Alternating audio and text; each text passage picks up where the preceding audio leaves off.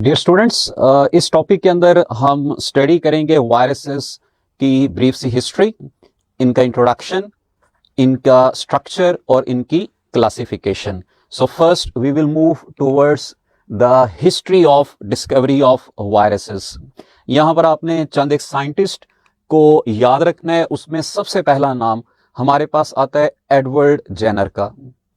Edward Jenner was a scientist who first time developed vaccine against a viral disease. और आप जानते हैं कि that viral disease was smallpox. तो virus की डिस्कवरी से पहले vaccine was discovered against the viral disease. इसके बाद हम चलते हैं towards Charles Chamberland. Charles Chamberland was the scientist who first time worked on the filterable nature of the virus. और जिस वायरस के ऊपर उसने ये स्टडी की थी दैट वाज रेबीज वायरस. आपने पढ़ा होगा कि इसके मुताबिक वो फिल्टर्स, पोर्सिलिन फिल्टर्स, जो बैक्टीरिया को स्टॉप कर लेते हैं, they can not stop the agent that causes rabies. अब इसका मतलब क्या है? इसका मीनिंग ये है कि viruses are so small that they can cross that filter paper. इसी तरह का सेम एक्सपेरिमेंट परफॉर्म किया था आइवानोस्की ने, and he explained about the filterable nature of tobacco mosaic virus. यानी इसका भी एक्सपेरिमेंट वही था कि अगर हम टोबैको प्लांट के इन्फेक्टेड लीव्स को लें, उनका एक्सट्रैक्ट बनाएं और उसको फिल्टर में से गुजारें तो ये एजेंट्स उसको क्रॉस कर जाते हैं, और उस फिल्ट्रेट को अगर हम किसी हेल्दी टोबैको प्लांट पर अप्लाई करें तो वो उसमें भी डिजीज कॉज कर देता है. इसका मतलब यह है कि these viruses are so small in size as compare to that of bacteria. Viruses को सबसे पहले आइसोलेट किया था और क्रिस्टलाइज किया था जिस साइंटिस्ट ने, that was W.M. Stanley, and he performed his study on tobacco mosaic virus. तो tobacco mosaic virus was the first virus that was isolated, purified and crystallized. उसके बाद दो और साइंटिस्ट का आपने नाम याद रखने, that are Todd and D. Harrell. These were the scientists who discovered bacteriophage. So that was brief history about the discovery of viruses. Now we will move towards its basic introduction. कि viruses हैं क्या और ये कैसे अपनी life cycle को proceed करते हैं. इन वायरसेस की तरफ जाने से पहले आपने याद रखना है कि viruses are not the smallest infectious entities. Virus से भी स्मॉलर इंफेक्शियस एंटिटीज प्रेजेंट होती हैं, और उनमें जो सबसे स्मॉलेस्ट इंफेक्शियस एंटिटी हमारे पास आती हैं दैट आर प्रायॉन्स. प्रायॉन्स हम किनको कहते हैं? These are infectious proteins. यानी आपने ये याद रखना है कि कुछ केसेस में सिर्फ प्रोटीन भी इंफेक्शन काज करती है, और अगर किसी केस में सिर्फ प्रोटीन इंफेक्शन काज करे तो तब इंफेक्शियस प्रोटीन को हम कहते हैं प्रायॉन. इससे नेक्स्ट स्टेप में हम चलते हैं टूवर्ड्स द विरॉइड्स. विरॉइड्स हम किनको कहते हैं? अगर किसी केस में सिर्फ RNA इंफेक्शन काज करे तो such infectious RNA will be called as viroid. और तीसरे नंबर पे हमारे पास आते हैं विरियॉन्स. अब जैसा कि आप यहां पे देख रहे हैं कि ये क्या है? प्रोटीन्स हैं. ये क्या है? न्यूक्लिक एसिड यानी RNA. तो विरियॉन्स क्या है? ये एक्चुअली इन दोनों का कॉम्बिनेशन है. यानी विरियॉन्स के केस में, या जिसको दूसरा नाम हम वायरस का देते हैं, दीज आर एक्चुअली न्यूक्लियोप्रोटीन्स. यानी न्यूक्लियोप्रोटीन अगर कंबाइंड वे में कोई इंफेक्शन काज करेगी तो ऐसे इंफेक्शियस न्यूक्लियोप्रोटीन पार्टिकल को हम विरियॉन या वायरस का नाम देंगे. तो हमारी जो बेसिक डिटेल्स हैं वो एक्चुअली इनके ऊपर हैं. यहां से अब आपको आइडिया हो जाएगा कि वायरसेस या विरियॉन्स हम किनको कहते हैं. These are infectious nucleoprotein particles. और अमूमन जो विरियॉन की टर्म है ये हम मेच्योर इंफेक्शियस वायरस के लिए यूज करते हैं. वायरस दोनों के लिए यूज हो सकता है. Mature infectious virus is called as virion. इससे अब हम आगे चलते हैं इनकी कुछ और डेफिनेशन और इंट्रोडक्टरी पॉइंट्स की तरफ. वायरसेस को हम कहते हैं ऑब्लिगेट इंट्रासेलुलर पैरासाइट्स. तो आपने ये तीनों वर्ड्स याद रखने हैं. पैरासाइट का मतलब ये है कि they always survive and replicate depending upon the living host. ये लिविंग होस्ट पे डिपेंड करते हैं।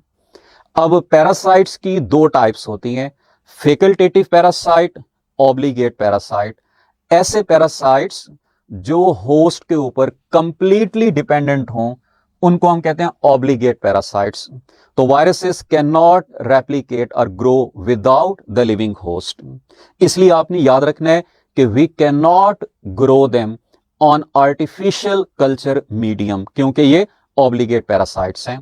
और तीसरा आपने याद रखना है कि they replicate always inside the cell, इसलिए हम इनको इंट्रासेलुलर पैरासाइट्स कहते हैं। ये हमेशा सेल के अंदर एंटर होंगे और फिर रेप्लिकेट करेंगे। वायरसेस के अगर हम फर्दर कैरेक्टर की तरफ चलें तो इनके अंदर सेल का स्ट्रक्चर नहीं होता। They do not have plasma membrane, they do not have organelles, और इसीलिए हम इनको ए सेलुलर या सब सेलुलर स्ट्रक्चर्स कहते हैं। और इसलिए आपने ये याद रखना है कि इन पर ना ही सेल थ्योरी अप्लाई होती है और ना ही हम इनको किसी किंगडम में प्लेस करते हैं। किंगडम में वो सारे ऑर्गेनिजम्स होंगे विच हैव सेल स्ट्रक्चर।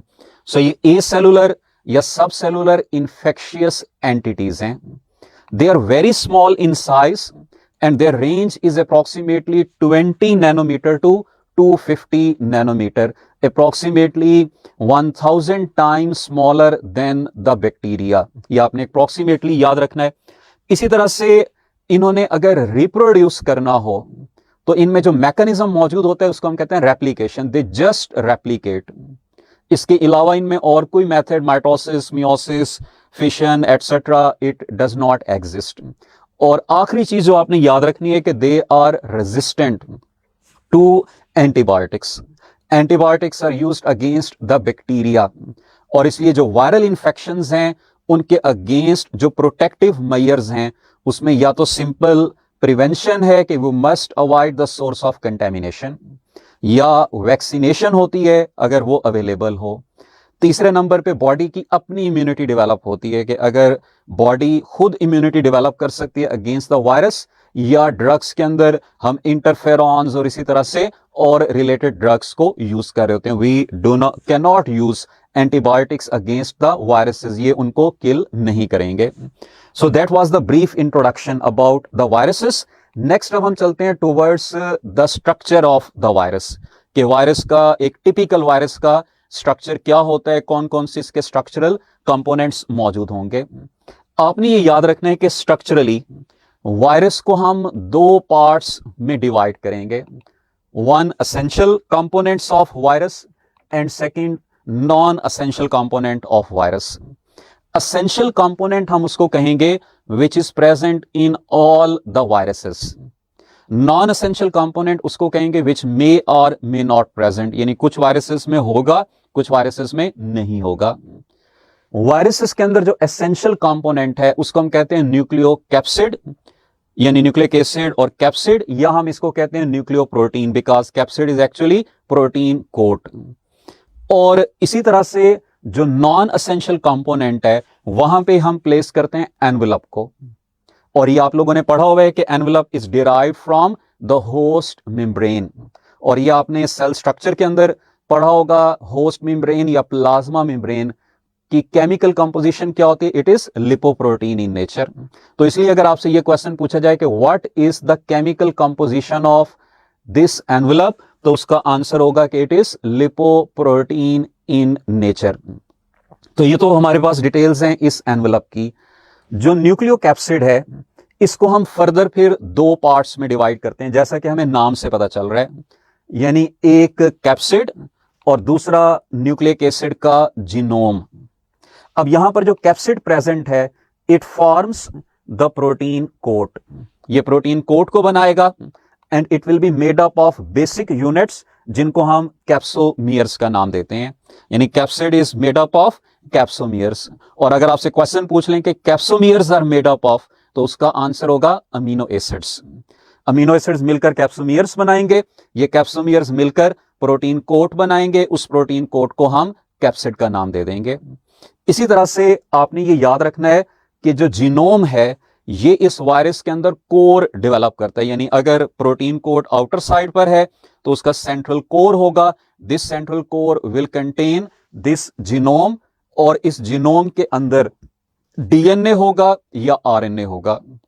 यानी कुछ वायरसेस का जीनोम डीएनए का बना होगा, कुछ वायरसेस का आरएनए का जीनोम होगा। तो ये आपने बेसिक पॉइंट्स याद रखने हैं। एक चीज और बड़ी इंपॉर्टेंट है कि जो वायरसेस हैं इनमें ये तो आपको पता चल गया कि their coat is made up of protein and core contains genome that is either DNA और आरएनए। लेकिन आपने याद रखना है कि कुछ वायरसेस के अंदर इस कोर के अंदर एंजाइम्स भी प्रेजेंट होते हैं, और एंजाइम्स की नेचर क्या है? प्रोटीन है। तो इसलिए आपने ये याद रखने कि protein can be present in the coat and in the core. और इसी तरह से अगर वो होंगे एनवेलप्ड वायरसेस तो उनमें इस प्रोटीन कोट के बाहर एनवेलप मौजूद होगा, that will be derived from the plasma membrane of the host. So this was all about the structure of a typical virus. अब हम चलते हैं टुवर्ड्स द क्लासिफिकेशन। वायरसेस की डिफरेंट क्लासिफिकेशंस हैं। Like one classification was based on the type of host, कि वो किस host पे अटैक करते हैं। इसके बेस पर हम एक ग्रुप बनाते हैं बैक्टीरियोफेजेस का, which attack on the bacteria. दूसरा ग्रुप फाइटोवायरसेस का होता है, which attack on the plants. और तीसरा ग्रुप इसी तरह जूओवायरसेस का होता है, which attack on the animals. एक और क्लासिफिकेशन प्रेजेंट की गई थी, that was based on the shape of the virus, कि either these are tadpole like, spherical, rod like like or of any other symmetry. But the most important classification of viruses is on the base of genome. Genetic material की base पर हम viruses को दो major groups में divide करते हैं। वो दो मेजर ग्रुप्स कौन से होंगे? डीएनए वायरसेस और आरएनए वायरसेस, कि उनका जो जेनेटिक मटेरियल है वो डीएनए का बना है या आरएनए का बना है। इन वायरसेस को फर्दर हम क्लासिफाई करेंगे यहां पर एनवेलप की बेस पर, यानी डीएनए वायरसेस के फर्दर दो ग्रुप्स हमारे पास होंगे। आरएनए वायरसेस के भी दो ग्रुप्स हम देखेंगे, किस बेस पर? On the base of envelope. वो ग्रुप्स कौन से होंगे? DNA enveloped virus, DNA non enveloped virus. इसी तरह से आरएनए एनवेलप्ड वायरस और आरएनए नॉन एनवेलप्ड वायरस। तो आपने ये चार मेन ग्रुप्स याद रखने हैं, और बुक में से आपने एग्जाम्पल्स को याद रख लेना है। यहां पर मैं एक एक एग्जाम्पल को एज रिप्रेजेंटेशन आपके सामने बता देता हूं। Like small pox is an example of DNA enveloped virus. इसी तरह से अगर आपसे पूछ लें T4 बैक्टीरियोफेज की, तो हम कहेंगे कि this is an example of DNA non enveloped virus. अगर आपसे क्वेश्चन पूछ लें HIV के बारे में, तो हम कहेंगे कि HIV is RNA enveloped virus. अगर आपसे क्वेश्चन पूछ लें अबाउट हेपेटाइटिस A वायरस, तो हम कहेंगे कि it is RNA non enveloped virus. तो आपने इस तरह से इन एग्जांपल्स को याद रख लेना है कि हम किस क्लास के अंदर इनको प्लेस करते हैं। So this lecture was about a brief introduction about the viruses. आपने इसमें उनका स्ट्रक्चर पढ़ा, इंट्रोडक्शन, हिस्ट्री पढ़ी और उनकी क्लासिफिकेशन को पढ़ा है। अब हम यहां पर कुछ क्वेश्चंस को प्रैक्टिस के तौर पर कर लेंगे, ताकि आपका वो लेक्चर रिवाइज हो जाए, आप रिकॉल कर लें उन चीजों को जो आपने अभी तक पढ़ी हैं। क्वेश्चन नंबर 1 आपके सामने है, all of the following are true about viruses except. तो एक यहां पर ऑप्शन ऐसी होगी जो गलत होगी वायरसेस के बारे में। Viruses are obligate intracellular parasite, ये ट्रू है। दे रेप्लिकेट बाय माइटोसिस, हमने पढ़ा इनमें माइटोसिस नहीं होती। Use metabolic machinery of host, क्योंकि पैरासाइट हैं तो होस्ट की मेटाबॉलिक मशीनरी पर डिपेंड करेंगे। They are resistant to antibiotic, ये भी ठीक है। तो इसलिए करेक्ट ऑप्शन क्या होगी? बीटा, कि ये माइटोसिस पर डिपेंड नहीं करते। क्वेश्चन नंबर 2 हमारे पास है, it is found in all the viruses. ठीक है, ऐसा कंपोनेंट हमने देखना है जो सारे वायरसेस में होगा। तो एनवेलप सिर्फ एनवेलप्ड वायरसेस के अंदर होता है, ये सब में नहीं होता। Protein coat will be present in all the viruses. DNA सिर्फ डीएनए वायरसेस में होगा। आरएनए सिर्फ आरएनए वायरसेस में होगा। तो इसका मतलब यह है कि protein code is present in all the viruses और यही इस क्वेश्चन का करेक्ट आंसर होगा। क्वेश्चन नंबर 3 की तरफ हम चलते हैं। Component of viruses that is lipid containing envelope, coat, core और कैप्सिड। तो ये भी आपने पढ़ लिया है कि जो एनवेलप है it is lipoprotein in nature, so it will be the component that contains the lipids. Question number 4, hepatitis B virus is an example of DNA envelope, DNA non-envelope, RNA envelope, RNA non-envelope। ये मैंने आपको कहा था कि आपने examples सब पढ़ लेनी है। तो जो हेपेटाइटिस बी वायरस है that is an example of DNA enveloped virus, तो करेक्ट ऑप्शन यहां पर अल्फा होगी।